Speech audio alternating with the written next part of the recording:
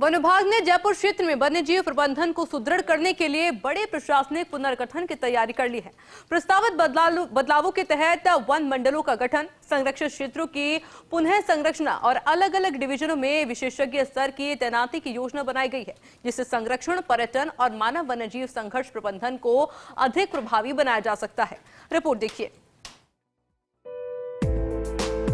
जयपुर क्षेत्र में वन विभाग ने प्रस्तावित पुनर्गठन के तहत बीलवाड़ी, विराटनगर, थानागाजी और अजबगढ़ के कुछ हिस्सों को मिलाकर नया STR-2 विकसित करने की रूपरेखा तैयार की है।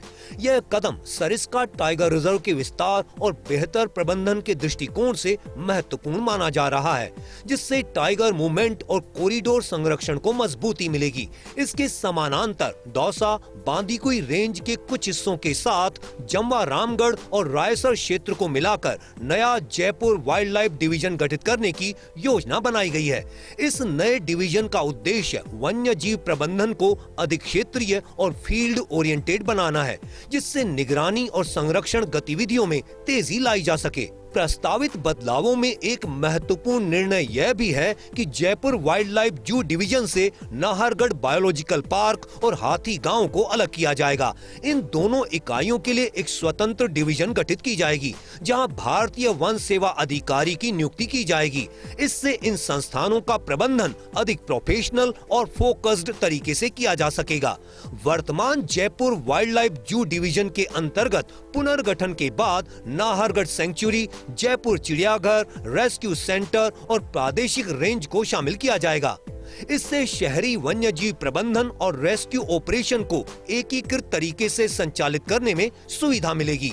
इसके अलावा झालाना लेपर्ड रिजर्व के लिए अलग से रेस्क्यू और कोऑर्डिनेशन व्यवस्था को मजबूत करने के उद्देश्य से सहायक वन संरक्षक स्तर के अधिकारी की नियुक्ति की तैयारी है। यह कदम शहरी क्षेत्रों में बढ़ते मानव वन्यजीव संघर्ष को नियंत्रित करने और त्वरित प्रतिक्रिया प्रणाली को मजबूत करने के लिए अहम माना जा रहा है। इस व्यापक पुनर्गठन से वन्यजीव संरक्षण में कई स्तरों पर सुधार की संभावना है।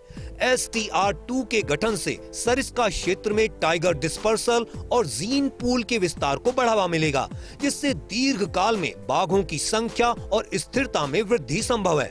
नए जयपुर वाइल्ड लाइफ डिवीजन के गठन से प्रशासनिक विकेंद्रीकरण होगा, जिससे फील्ड स्तर पर निर्णय लेने की प्रक्रिया तेज होगी और निगरानी प्रणाली अधिक प्रभावी बनेगी।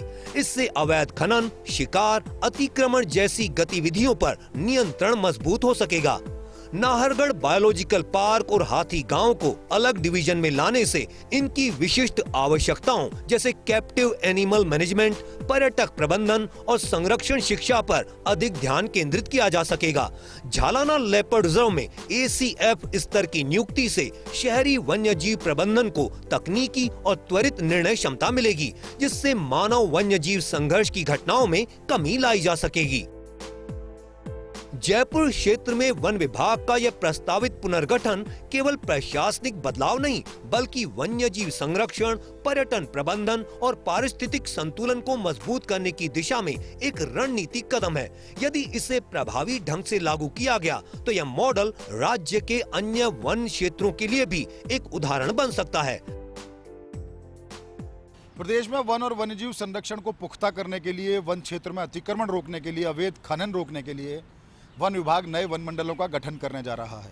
नवगठित जिलों में तो ये वन मंडल गठित होंगे ही, साथ ही साथ जयपुर में भी जंगलात महकमे का भूगोल बदलने जा रहा है। कुछ वन मंडलों को बढ़ाया गया है, कुछ का भाग हटाकर नए वन मंडलों का गठन किया गया है। जल्द ही वन विभाग इसकी घोषणा करने जा रहा है। माना जा रहा है इसके बाद न केवल मैन पावर प्रॉपर तरीके से डिप्लॉय हो पाएगा, बल्कि वन और वन्यजीव संरक्षण भी पुख्ता तरीके से, संजीदा तरीके से और ज़्यादा सुरक्षित और महफूज हो पाएगा। कैमरा पर्सन संजय के साथ Nirmal Tiwari, First India News, Jaipur.